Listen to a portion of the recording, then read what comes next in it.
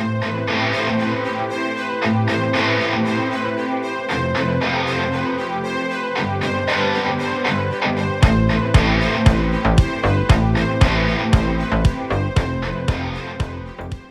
there everybody, welcome back to the channel. Thanks for tuning in again for another weekly update on news and information about DCS World. I'm your host, of course, Prickly Hedgehog. I hope this video finds you well. Like I said, thanks for tuning in again. Let's take a look at this week's newsletter, which focuses very briefly on clouds. Some nice images there from Eagle Dynamics, and more importantly, the AH-64D development report, which I'm sure a lot of you are excited about, and I know a lot of you are excited about with regards to this helicopter. Even some people that are not really helicopter fans are looking forward to this aircraft being in the game. So let's talk about that in just a second.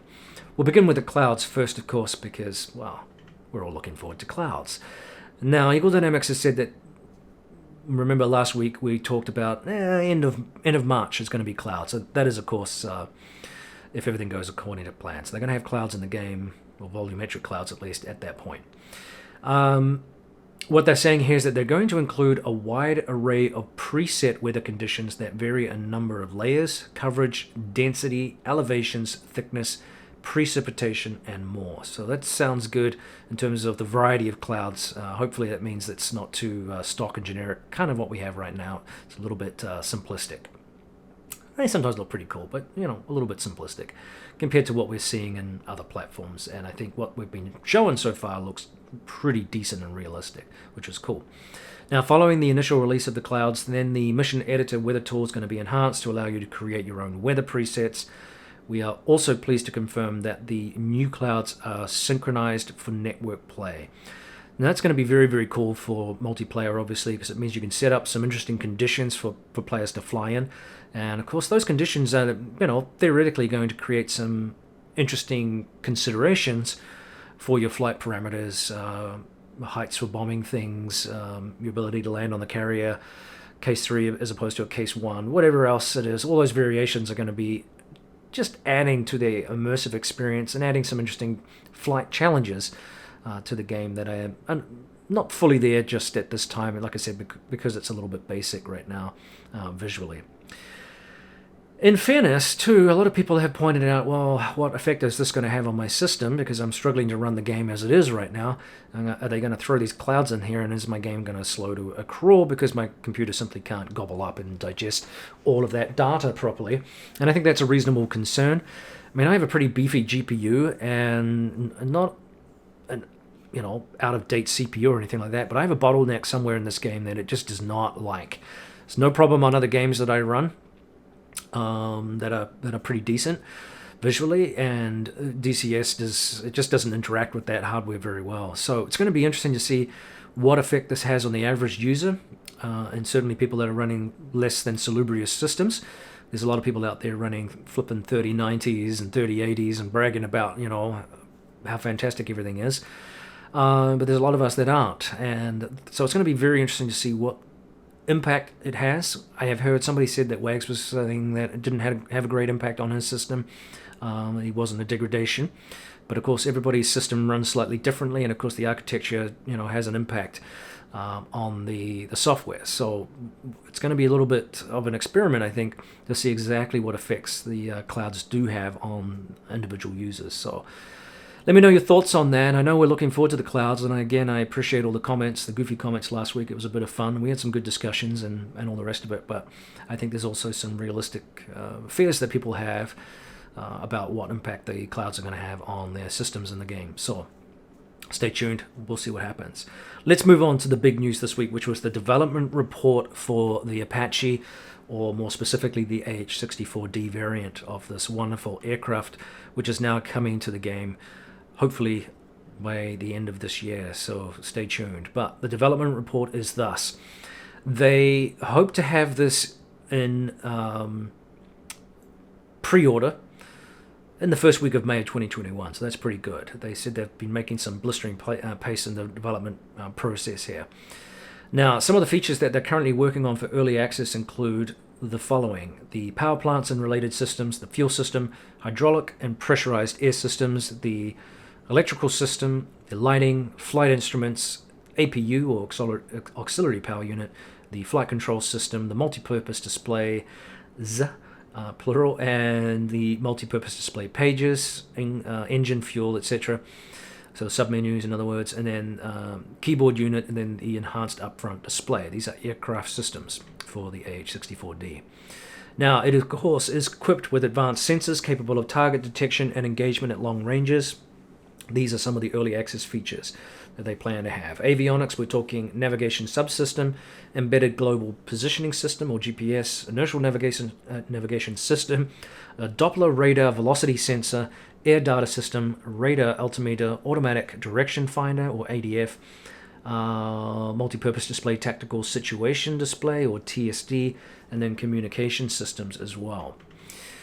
Now, the AH-64D is capable of adapting to several roles within the context of close air support tasking. In addition to the 30mm cannon, the M230 single-barrel chain-driven autocannon, it can carry external stores as well, as we know, and other weapons on its stub wing pylons. The equipment that they plan to have to release includes the following for mission equipment. We're talking sighting subsystems, so we have an integrated helmet and display sight system. It's very cool. I think it's over the pilot's right eye, or and the gunner as well. Modernized pilot night vision sensor, or NVS. Modernized target acquisition designation sight. The night vision goggles. And the armament systems here, we're talking area weapons system, which is the M230E1 automatic gun, the rocket management subsystem for 2.75-inch aerial rockets, the Hellfire missile, which will be semi-active laser, and then a weapons page. Defensive systems include 1 chaff and 2 flare dispensers, airborne survivability equipment page, common missile warning systems, and the radar warning receiver, or RWR. So, they're saying here that they have dedicated designers who are working on the photorealistic cockpits, details and labels, and in parallel to that, they're also working on the external model textures. The flight model, they have stressed here, and the flight control system are highly complex and demanding, and then much more information on the development of this sophisticated attack helicopter will be coming soon. So stay tuned for more information on that. Let me know what your thoughts are on the 64D, because I think it's a really interesting aircraft. I think it's going to be a real challenge to fly in some ways and get to grips with, just like some of the other aircraft that are fully immersive and full fidelity. There's just a lot to learn. Some things probably will be straightforward because they bear similarity to other weapon systems, but there's other stuff that may require a little bit of learning. So stay tuned for that. But let me know what your thoughts are on the helicopter, whether you're looking forward to it. I know a lot of you are. Now, in terms of other general news, I don't have too much else going on. Obviously, some of you saw my post about RASBAM, and a little screenshot of one of the naval ships out there in the South Atlantic map for the Falklands, basically. But it now includes a very, very large area, and I know a lot of you were pretty excited about just how big the map was. I believe, as per Tactical Pascal's video, will be the largest map in the game, bar none. So there's going to be a lot of places to hide or simply get lost and run out of fuel in. So your navigation skills are going to have to be spot on if you expect to get back safely if you're out there mucking around or doing missions. So there's a nice challenge there. And it actually reminded me a little bit, actually, some of the fields there of the old EF-2000 game from many, many years ago in the 90s, which I know a lot of you are familiar with as well. So some cool stuff there. RASBAM also threw up a little image there of the F-15 Eagle cockpit area, an external shot of work in progress on that. So, and we've got cool stuff coming our way. No news yet, of course, from RASBAM specifically on when these things are going to be released. Of course, they're pretty clear on that on their webpage. Anything that you see is not indicative of a pending release, just that that's what they're working on, and here's what we want to share. Take it or leave it. So as soon as I hear something, obviously I will let you know, but I'm very much looking forward to that South Atlantic map. Some of the assets that they have for that look pretty cool, and I think it's going to be a very exciting large map to play around in, as I said last week, so I'm very much looking forward to it, as I'm sure many of you are. So All right, well, if you have some other things you want to share, or if you want to see other stuff on the channel, don't forget to support me by clicking that like and share button. Comment as you see fit, and if you want to support the channel financially, I will put up the link to my Patreon page. Obviously, these videos take a long time to record, to edit, and to also gather footage to throw up there for you to look at as well. So there's a lot of editing and hours of work that goes into it, and all of your support helps the channel chug along, so I really appreciate it. Well, ladies and gentlemen, let's end it there. This is Prickly Hedgehog out for this week. Stay safe out there, carry on flying, and we'll see you next time. Cheers, guys. All flight showtime, knock it off, exercise complete.